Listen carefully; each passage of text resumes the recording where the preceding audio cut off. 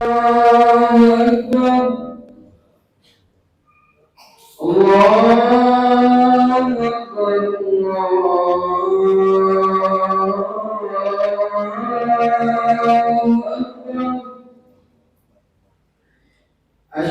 أن لا إله إلا الله.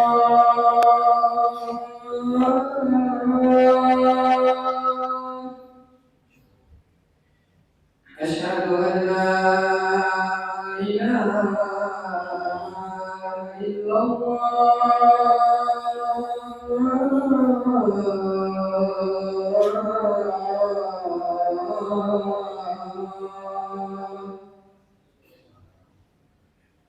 أشهد أن محمدا رسول الله.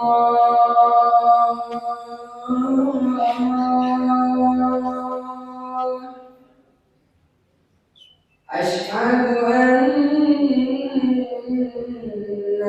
محمدا رسول الله.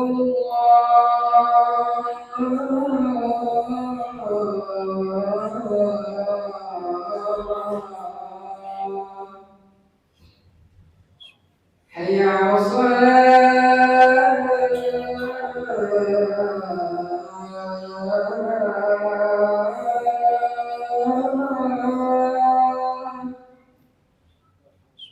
حي على الصلاة.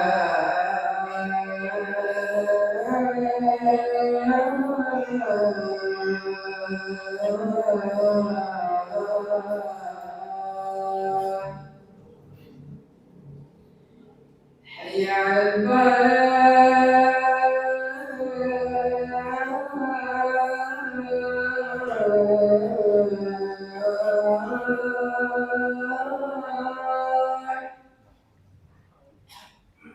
حي على الفلاح.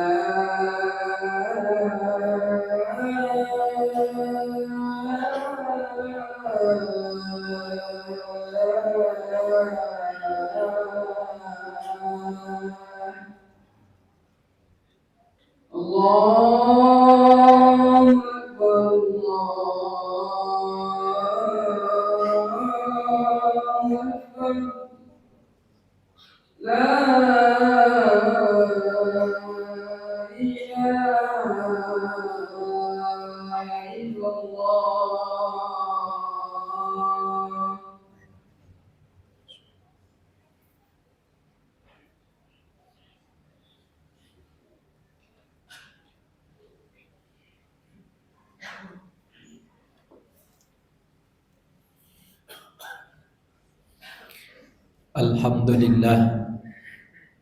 Alhamdulillahilladzi ja'ala syahra Ramadhana syahran mubarakan syahrun unzila fihi al-Qur'an hudan lin-nasi wa bayyinatin minal huda wal furqan wa farada alaina siyamah syahr Ramadan fi kulli al-mu'minin 'allakum tattaqun. Asyhadu an la ilaha illallah wahdahu la syarika lah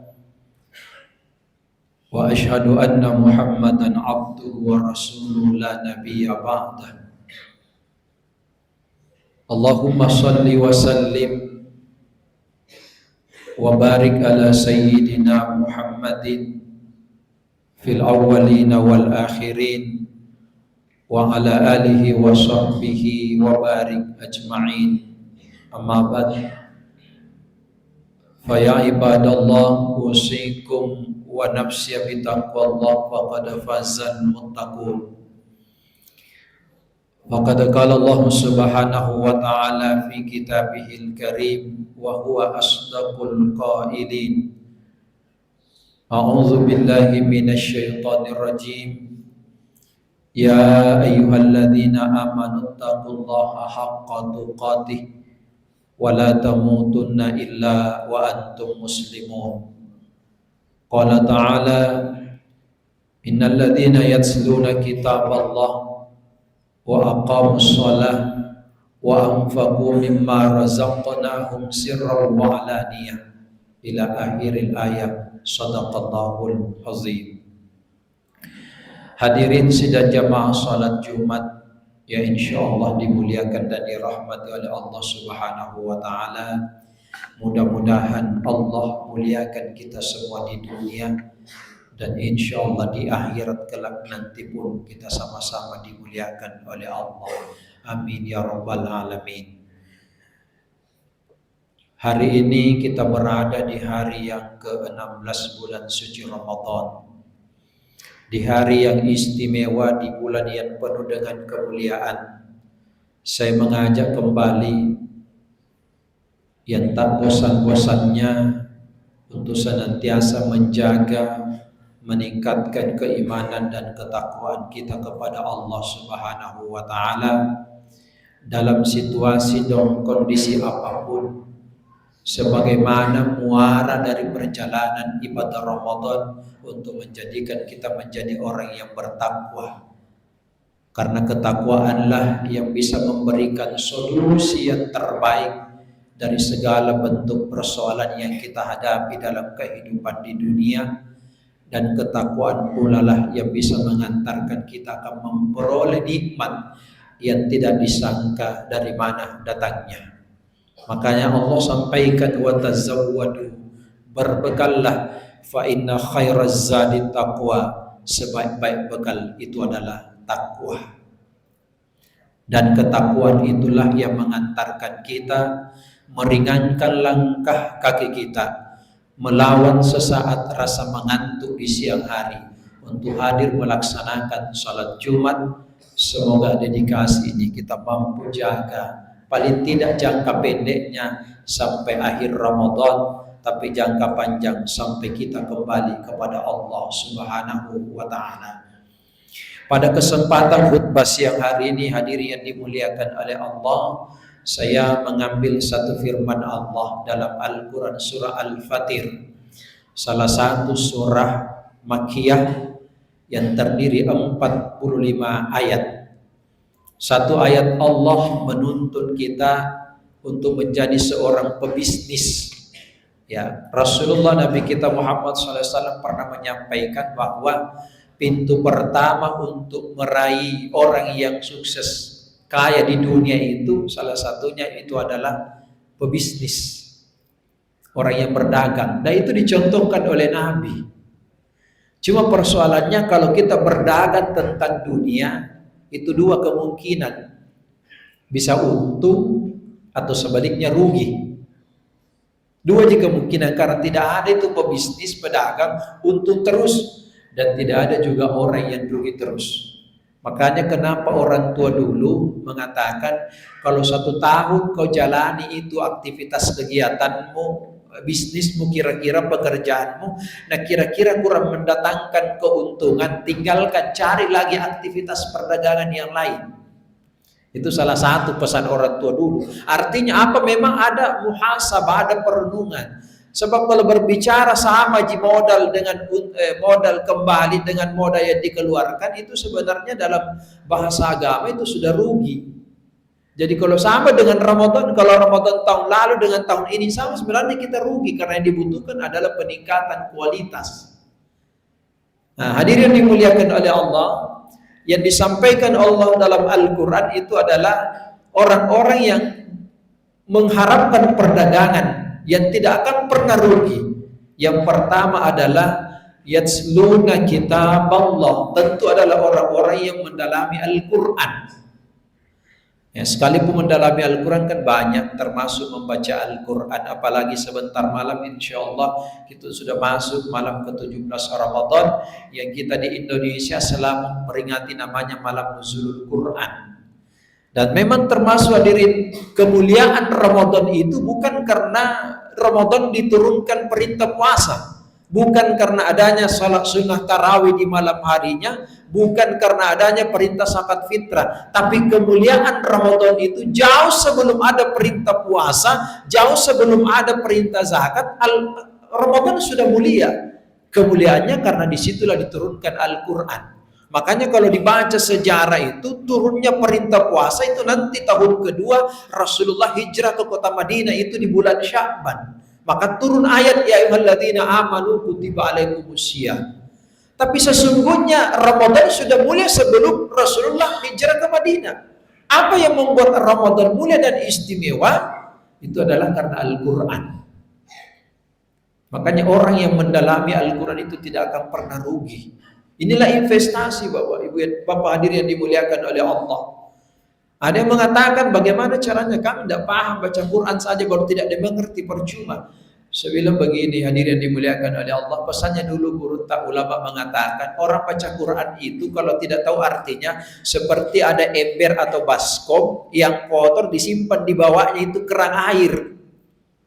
Bocor, tidak akan pernah penuh sampai kapan pun, sampai dunia kiamat tidak akan terisi penuh itu ember atau baskom yang bocor. Tapi insya Allah sekalipun bocor minimal selalu terkena air, maka kotoran yang ada di ember atau baskom itu akan bersih, akan hilang. Sama dengan orang yang baca Quran, sekalipun tidak tahu, tidak paham maknanya, apa arti terjemahannya, sekali dia mengaji, paling tidak bisa membersihkan kerak-kerak kotoran, karat yang ada di dalam hatinya, dan bisa jadi menjadi obat syifa bagi penyakit, baik penyakit jasmani maupun penyakit batin. Makanya kan Al-Quran itu jelas disampaikan, wa nunazzilu minal Quran ma huwa syifa'u wa rahmah. Jadi obat dan rahmat, apalagi di bulan Ramadan. Ini kesempatan. Nah, Rasulullah Nabi kita Muhammad SAW selama Ramadan beliau 9 kali bertemu dengan Ramadan. Itu selalu dibimbing oleh Jibril setiap malam untuk mempelajari Al-Quran. Nah, ini kesempatan, mudah-mudahan kita mampu. Sekalipun ada yang berbagai macam target dan sebagainya, silakan sesuai dengan kesanggupan kita masing-masing. Tapi jauh lebih bagus kalau lebih memperbanyak, mendalami. Semoga insya Allah kita termasuk orang yang beruntung. Kemudian yang kedua di ayat ini adalah wa aqamus shalah, jadi salat. Dan inilah salat juga tidak ada ruginya. Makanya dulu guru-guru tak mengatakan begini, kalau ada anak nakal, biarkan Tommy nakal, tapi dengan catatan asal salat. Bahkan dia katakan, biar orang Bugis mengatakan, fasatoni minum asal lemas sempajamuai, biar dia minum asal dia salat. Apa artinya? Suatu saat kelak kalau dia salat, insya Allah mudah-mudahan kemuliaan salat itu akan menuntun dia menjadi orang yang berubah dalam bentuk kebaikan. Makanya ada kisah menarik itu hadirin yang dimuliakan oleh Allah. Suatu waktu di generasi sahabat itu ada pencuri. Dia datang kepada seorang generasi ulama, dia katakan, ada nggak jalan lain saya tidak bisa mencuri? Ada apa pesan tak kira-kira supaya saya ini, karena tidak ada aktivitas yang bisa saya lakukan. Ini seorang ulama mengatakan, kamu bisa mencuri dengan 2 syarat. Yang pertama, yang kau curi itu cukup untuk kau makan siang dan malam, tidak bisa lewat dari itu. Yang kedua, ketika tiba waktu salat, apapun ketika kau mencuri, maka hentikan aktivitas, lakukan itu salat. Singkat cerita hadirin, ini hanya motivasi di kisah-kisah teladan. Akhirnya suatu waktu dia masuki rumah seorang pengusaha besar. Sampai di situ akhirnya bolak-balik, setiap nada apa sesuatu nah hitung-hitung. Kalau saya ambil ini lebih untuk makan siang dan sehari semalam. Nah, ini pesan guru tidak boleh melebihi. Akhirnya hilir mudik mencari. Akhirnya tiba waktu subuh, terdengar azan di masjid. Akhirnya dia azan di rumah besar itu. Yang punya rumah bangun kaget, dia kira malaikat turun. Akhirnya tidak ada pertanyaan, dia lakukan salat berjamaah. Setelah salat baru dia tanya, dari mana prosesnya asbab kita tiba-tiba menjadi ada di tempat ini, kemudian tiba-tiba melakukan azan. Dan ceritakan kisahnya. Saya ini tidak punya pengerjaan apapun, tapi saya ingin sadar, makanya saya datang kepada seorang ulama, nak kasih syarat 2, bisa kau mencuri, tapi dengan catatan hasil curianmu tidak bisa melewati sehari semalam. Yang kedua, bisa kau mencuri dengan catatan ketika waktu salat itu tiba, makanya kamu harus salat. Inilah yang saya lakukan. Makanya tadi malam itu saya sudah dapatkan sebuah tempat simpanan harta yang saya dapatkan. Cuma setiap saya ambil ini lebih untuk saya makan siang dan malam. Tiba-tiba waktu subuh. Akhirnya orang kaya ini memang mengatakan, kalau begitu saya kasih nikah kau dengan anak. Ada anakku 1 orang, perempuan satu-satunya. Kau nikahi dengan ketaatan dengan gurumu. Yang begini saja kau bisa taat, maka saya titipkan anakmu untukmu. Semua hari warta yang saya miliki, saya wariskan untukmu dengan anakku. Luar biasa Pak, ini contoh. Tapi jangan mengatakan kalau begitu, mencuri semua, cari datangi orang kaya, baru di situ mencuri baru asal di waktu subuh. Kalau tidak ada tangkap, jatah rantas. Apa maknanya? Berarti tuntunan sholat ini luar biasa, bisa mengubah Bapak hadirin dimuliakan oleh Allah. Sholat ini menjadi jaminan kepada kita, investasi yang insya Allah tidak akan pernah rugi di sisi Allah Subhanahu wa Ta'ala. Kemudian yang terakhir, yang terkait dengan tadi yang disampaikan oleh MC, alladzina yunfikuna fis sarra'i wad dharra, yang menafkahkan hartanya di jalan Allah baik dalam keadaan sembunyi maupun terang-terangan. Jadi menafkahkan harta ini, kalau ayat ini tentu terkait memang dengan materi. Sebab kalau berbicara dalam Islam itu kan memang ada tiga, ada namanya infak, ada sedekah, ada zakat. Yang membedakan infak, sedekah dengan zakat, kalau zakat kewajiban, infak, sedekah pemberian sunnah. Apa yang membedakan infak dengan sedekah? Sama-sama pemberian. Cuma kalau infak konsentrasinya itu terkait dengan harta, tapi kalau sedekah itu luas maknanya, tidak berhenti dengan materi. Makanya ada orang mengatakan sedekah kok. Tapi ada tuh orang bersedekah tidak pakai materi. Minimal kata Rasulullah, orang yang senyum saja kepada saudaranya itu senyum, itu kan sedekah di sisi Allah. Tapi kalau sahur tadi diminta menyiapkan sahur, tidak mungkin datang ke di sini sama panitia, tabe panitia, saya mau sedekah. Apa sedekah? Senyum sama kita. Pasti butuh namanya infak. Infak itulah yang dibutuhkan panitia insya Allah. 10 terakhir Ramadan, ya 10 terakhir insya Allah ada pelaksanaan Qiyamul Lail di tempat ini sampai sahur. Nah saya pikir daripada kita memberikan kepada sesuatu yang tidak jelas untuk kemana, seperti biasa di jalan itu Pak, saya sempat mendengar ada itu manusia silver. Itu ketika diwawancarai ternyata omsetnya Pak 1 bulan itu berdiri jadi lampu merah. Nah siapkan dos di situ bisa sampai 8 juta per bulan. Nah kala-kala gajinya ASN 8 juta 1 bulan. Ya saya bilang sedekah infaknya sampai, cuma persoalannya sampai di situ, tapi tidak akan mendapatkan jariah. Kenapa? Belum tentu dimanfaatkan kemana. Tapi kalau tadi disampaikan pakai orang sholat, sahurnya pakai orang puasa, sahurnya itu pakai kuat untuk beribadah, insya Allah hadirin dimuliakan oleh Allah, pahalanya akan berlipat ganda. Maka itulah istilahnya dalam agama, beramallah dengan cerdas, dan cerdas dalam beramal. Sama-sama memberi, tapi ada kualitas pemberian itu berkesinambungan. Sama dengan membangun masjid. Insya Allah selama masjid dipakai, dapat pahalanya. Ketika kita kasih makan orang yang di jalan minta-minta, insya Allah sampai pahalanya kita sedekah. Cuma persoalannya sampai di situ. Jangan sampai kita kasih tidak sholat tommi, tidak puasa tommi. Sama itu pun di putaran-putaran dikasih. Cuma salahnya di putaran tidak membantu, terkadang susahkan jiki. Karena halangi mobil. Ya tapi tergantung itu kita memberi di jalan Allah Subhanahu wa Ta'ala. Inilah satu investasi yang diberitakan oleh Allah dalam Al-Quran. Yang pertama saya mengulangi kembali tentu adalah baca Quran. Khusus di Ramadan, karena pahala sekecil apapun yang kita baca, inilah disebut dengan bulan berkah karena akan lipat gandakan di sisi Allah Subhanahu wa Ta'ala. Termasuk sholatnya kita, ibadah sholat berjamaah yang kita lakukan, insya Allah dikali 70 kali di bulan suci Ramadan. Amalan sunnah yang kita lakukan diganjar sama dengan ibadah wajib di luar bulan Ramadan. Mudah-mudahan kesempatan inilah Allah berikan kepada kita, karena hidup ini sekali lagi Bapak Ibu menjadi perenungan. Tidak ada jaminan apakah kita masih bisa termu Ramadan tahun depan. Itu terlalu panjang. Saya katakan malah belum ada jaminan apakah kita mampu mengakhiri Ramadan. Kemarin peristiwa Pak, kejadian wakil bupatinya lupa. Saya habis ceramah duhur di PCC Unhas, Dr. Wahidin. Beliau meninggal di Wahidin kemarin setelah duhur. Jam 13 lewat berapa, beliau dipanggil oleh Allah. Wakil bupati Pak, wakil bupati. Jadi kalau setelah wakil bupati biasanya bupati. Tapi setelah bupati yang lebih hebat itu rakyatnya di bawahnya bupati yang diperintah. Ya mudah-mudahan salama kita pada salama. Semoga Allah berikan kekuatan untuk memberikan yang terbaik. Ramadan kesempatan yang terbaik. Sama dengan pertarungan. Alhamdulillah PSM sudah meraih predikat juara. Mudah-mudahan kita juga mampu meraih predikat juara di bulan Ramadan. Tentu yang dapat mengucapkan minal aidin wal faizin, yang sudah berjuang dengan salatnya, yang berjuang dengan puasanya, yang berjuang dengan baca Qur'annya, yang berjuang dengan sedekahnya. Sebab orang yang tidak pernah melakukan amal kebajikan kemudian mengucapkan minal aidin wal faizin, orang bilang, orang Bugis mengatakan toka tulu-tulu, orang mimpi. Semoga bukan kita seorang pemimpi insyaallah. Mohon maaf lahir batin walafu minkum. Barakallahu li wa lakum fil Qur'anil Karim wa nafa'ni wa iyyakum bima fihi minal ayati wa dzikril hakim.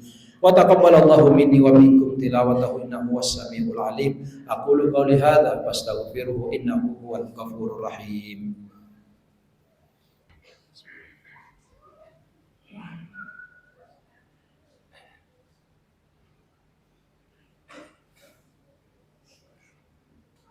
Alhamdulillahirabbil alamin wal aqibatu lil muttaqin wala udwana illa 'alal zalimin. Asyhadu an la ilaha illallah wahdahu la syarikalah wa asyhadu anna Muhammadan 'abduhu wa rasuluhu iyyahu na'budu wa iyyahu nasta'in. Fa ya ayyuhal muslimun al hadiruna rahimakumullah, ittaqullaha haqqa tuqatih wa la tamutunna illa wa antum muslimun.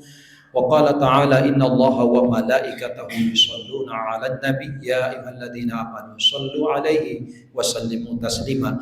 Allahumma shalli wa sallim wa barik ala sayidina Muhammad wa ala ali sayidina Muhammad kama shallaita ala sayidina Ibrahim wa ala ali sayidina Ibrahim wa barik ala sayidina Muhammad wa ala ali sayidina Muhammad kama barakta ala sayidina Ibrahim wa ala ali sayidina Ibrahim fil alamin innaka Hamidum Majid.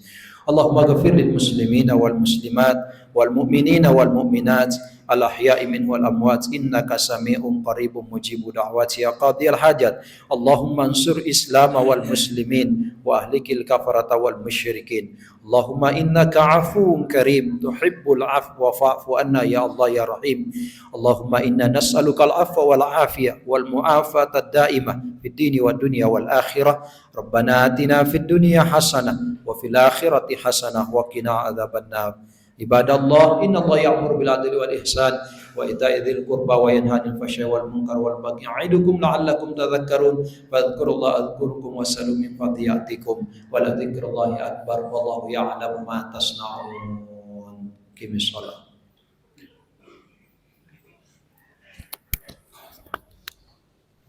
Allahu Akbar, Allahu Akbar. Asyhadu